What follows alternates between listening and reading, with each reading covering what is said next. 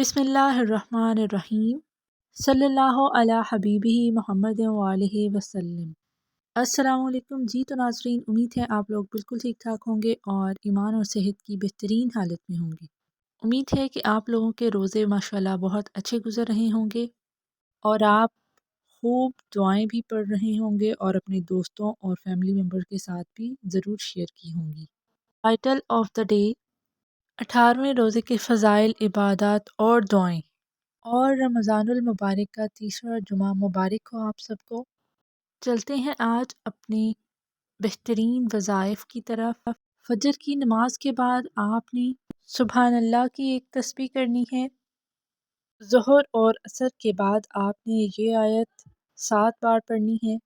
انسانی جسم میں دل تمام اعضاء کا بادشاہ ہے۔ دل بنتا ہے پورا وجود بن جاتا ہے، اور جب دل بکھرتا ہے تو پورا وجود بکھر جاتا ہے۔ نیکی کی قبولیت کا مدار اخلاص پر ہے اور اخلاص کا تعلق دل سے ہے۔ عشرہ مغفرت ہے، 18واں روزہ ہے۔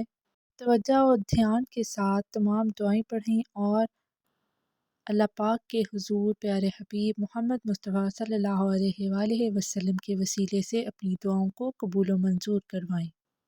اور مغرب کی نماز کے بعد آپ نے 41 بار یا معیذو پڑھنا ہے اور پھر عشرہ مغفرت کی یہ دعا پڑھتے رہنا ہے۔ ترمذی میں ایک حدیث ہے کہ اللہ پاک ارشاد فرماتے ہیں کہ اگر تم اتنے زیادہ گناہ کرو کہ پوری دنیا تمہارے گناہوں سے بھر جائے اور پھر مجھ سے اس حال میں ملو کہ میرے ساتھ کسی کو شریک نہ ٹھہرایا ہو، تو اتنی ہی بڑی مغفرت سے تجھے نوازوں گا کہ زمین بھر جائے گی۔ اللہ پاک بہت رحمان رحیم اور کریم رب ہے۔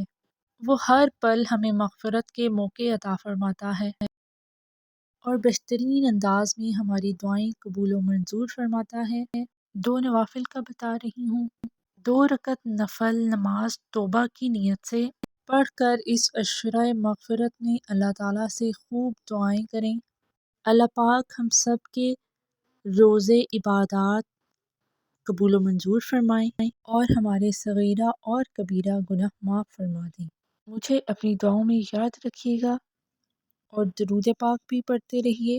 ملاقات ہوگی اگلی ویڈیو میں۔ جزاک اللہ۔ اللہ حافظ۔